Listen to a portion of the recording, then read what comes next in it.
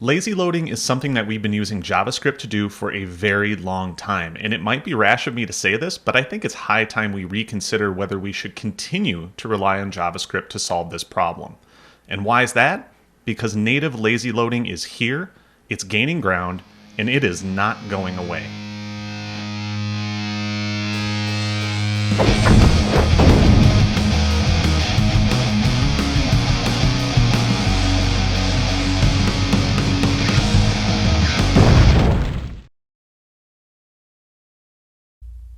Welcome to the third episode of Hellbent for Webperf, where I, Jeremy Wagner, cover tips, tricks, APIs, or anything else that can help you to make your websites faster.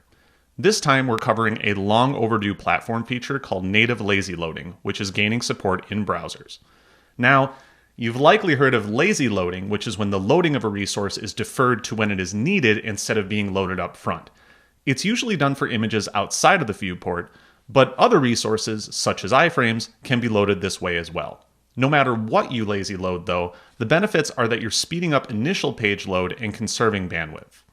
Up until recently, we've relied on JavaScript for this.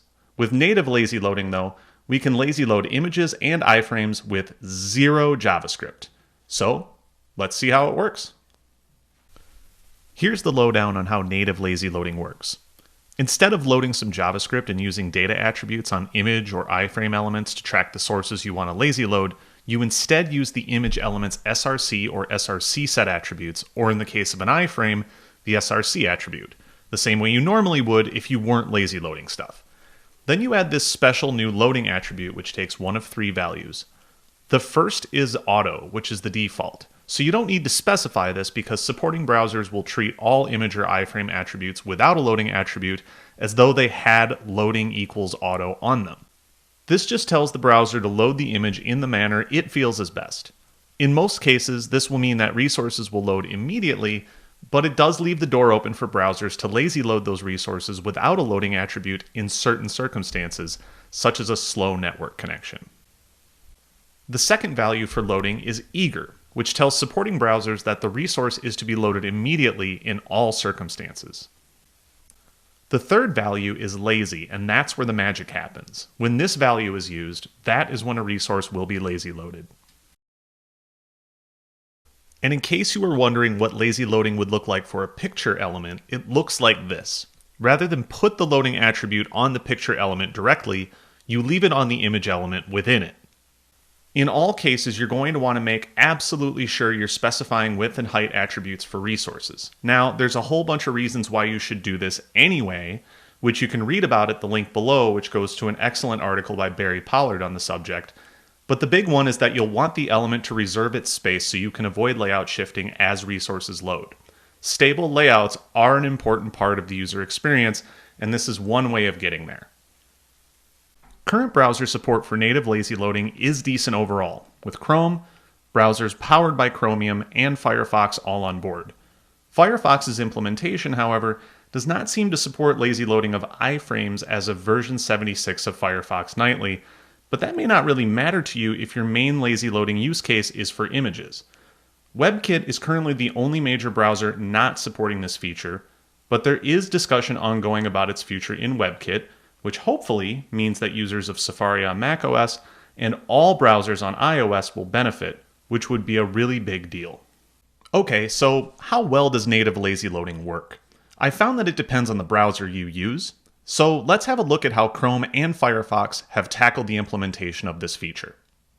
I found that native lazy loading in Firefox works about the way you'd expect. If a resource is outside of the viewport, it isn't loaded until it's within a certain distance of the viewport as you scroll to it, as you can see in the Network tab in Firefox's DevTools. This example is of my personal website where all images but the very first one, which is above the fold and shouldn't be lazy loaded, have a loading attribute value of lazy specified. Chrome's behavior, on the other hand, can seem a bit unusual at first blush. Some cases, such as what you see on my website here, make it seem as though native lazy loading isn't working at all. As you can see in this example, there's an image outside of the viewport near the bottom of the page, but it doesn't seem to be lazy loading at all. So what's even really happening here? The truth is that Chrome's native lazy loading implementation accounts for more than the resource's proximity to the viewport before deciding whether to load it. It also takes the quality of the user's network connection into account as well. According to the relevant part of the source code for Chromium, which you can see by way of the link at the bottom of the screen, as a user's network quality degrades, lazy loading is triggered for resources further from the viewport. And this makes sense because if a user's connection is slower, resources need more time to load so that they're visible by the time the user scrolls them into the viewport. And more time may be bought with more distance. It is a crude measurement, but it's more nuanced than what we see in most JavaScript-based solutions. So here's an example that shows us how Chrome's lazy loading behavior works. As you can see in the Network tab to the right, every resource loads up front even though we've used the loading attribute to tell the browser that they should be lazy loaded. The reason this happens is because every resource is within the distance from the viewport that Chrome has specified to trigger the loading of the resource. It's not a bug, it's just how Chrome's implementation handles it. So let's space out these elements by quite a bit more. This CSS variable here controls the amount of space between each resource in the demo, so let's bump this up by quite a bit. All right, now we reload. And now that the distance between each element is much larger, you'll see that not all of the resources are loaded up front as they were before because their distance from the viewport is enough to get Chrome's lazy loading behavior to kick in. And that's really all there is to it.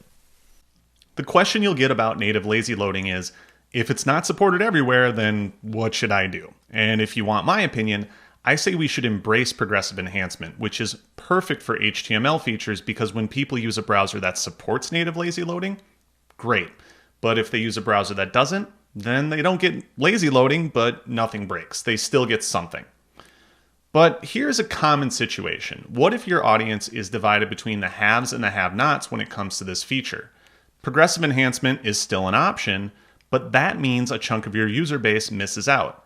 Now, if I had a client that required lazy loading as a feature for all users, I'd avoid feature detection to use native lazy loading if it were available and fall back to a JavaScript solution if it weren't, and instead reach for a tiny script to make it work everywhere, such as y'all.js, which I wrote and comes in at about 2 kilobytes.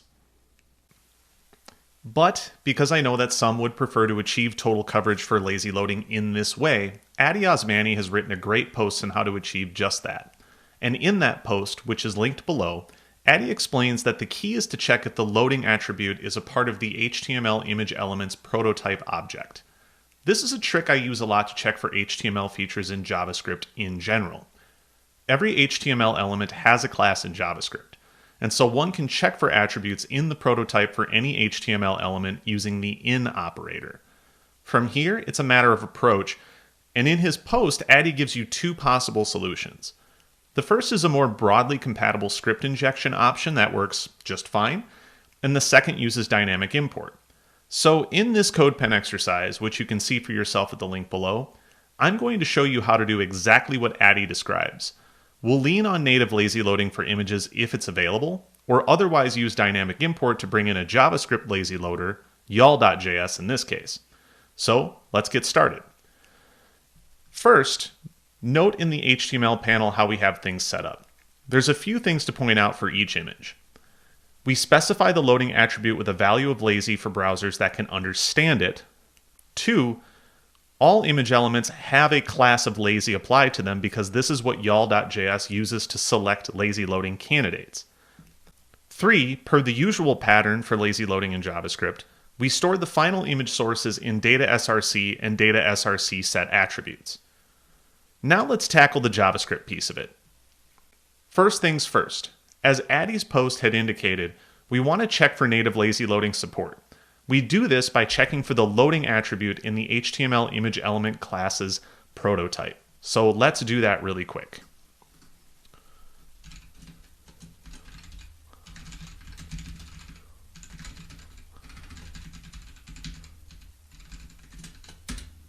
Now the bulk of the work is what to do if native lazy loading is a thing we can use. So the first thing we do is select all of the image elements on the page that have a class of lazy.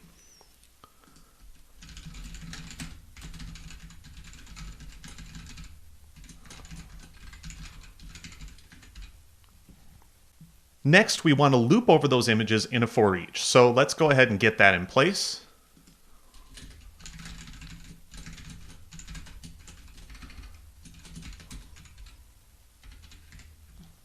Now, the order of what we do is very important. The first thing we want to do is check to see if the image element is a direct child of a picture element.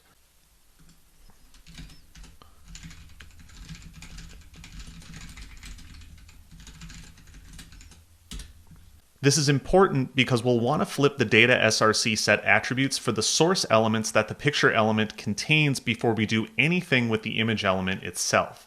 So let's go ahead and select all of the source elements within the picture element using query selector all like before.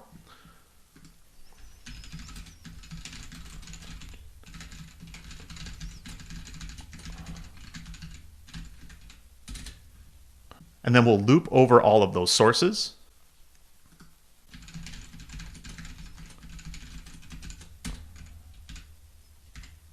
And in that loop, we'll assign the content of the source element's data src attribute to its src set attribute.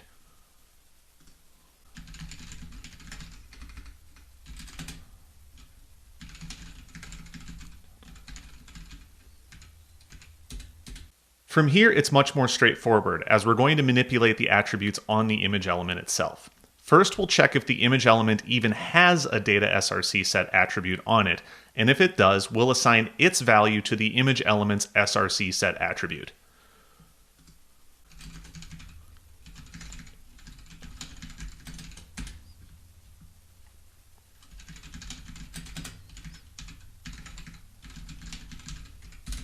Then finally, we'll assume the image element has a data src attribute set and store its value in the src attribute.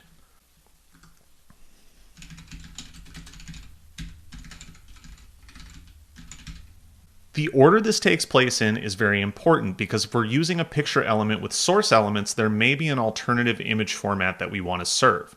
So we want to make sure that we evaluate those image candidates first. From there, we go to the image element's src set and evaluate those candidates because there may be a candidate in that image set that's a better fit than whatever is in the src attribute. If there's no src set, we just go for broke on whatever is in src. If we don't do things this way, we could run the risk of downloading extra image candidates we don't need because the browser does this for us normally. Now, what do we do if we can't use native lazy loading? We fall right back to our JavaScript lazy loader, which is set up to take advantage of the markup we've provided on the server. So first, we add an else condition to the if statement we just finished. So let's go ahead and do that.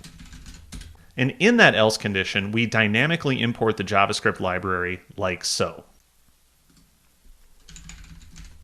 Now, dynamic imports use promises that are returned when a JavaScript module either loads or fails to load for some reason. If the download is successful, a then callback is fired when the module we've downloaded is available.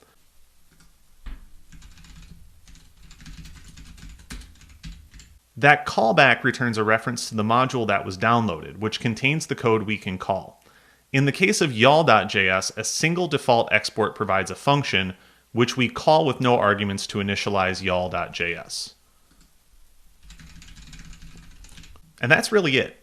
Now, if we go to the presenter view in CodePen and open the network tab in Firefox Nightly there, we can see that y'all.js is never downloaded as we scroll down because native lazy loading has taken over and is doing its thing. However, if we go over to Safari, we can see that native lazy loading isn't supported, at least yet, so y'all.js is downloaded and run. And it works just fine. And while this approach is something I wouldn't use in all cases, it's serviceable and will bridge the gap until other browsers add support. And at that time, I probably really wouldn't bother with trying to do this, but WebKit, especially on iOS, still represents a potential chunk of your audience that would miss out on lazy loading if you went all in on the native version of that functionality. And with that, it's time for this episode's community showcase.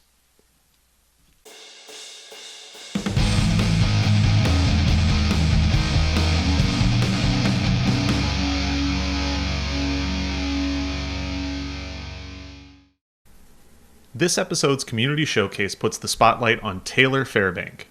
Taylor is a co-founder and the tech lead of Distribute Aid, which is a nonprofit NGO which provides an online platform for grassroots refugee aid groups.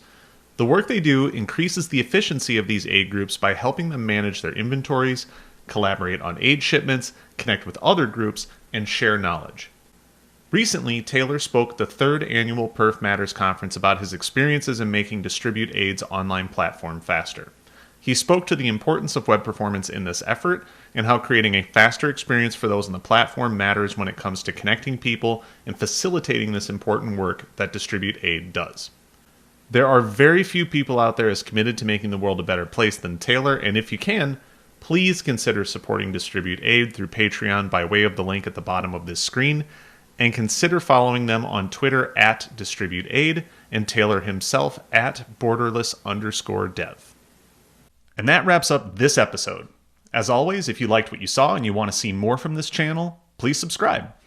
Or if you're on Twitter, you can get updates on new episodes and other Webperf tweets at Hell4Perf, or you can follow me on my personal account at Malcata. See you next time.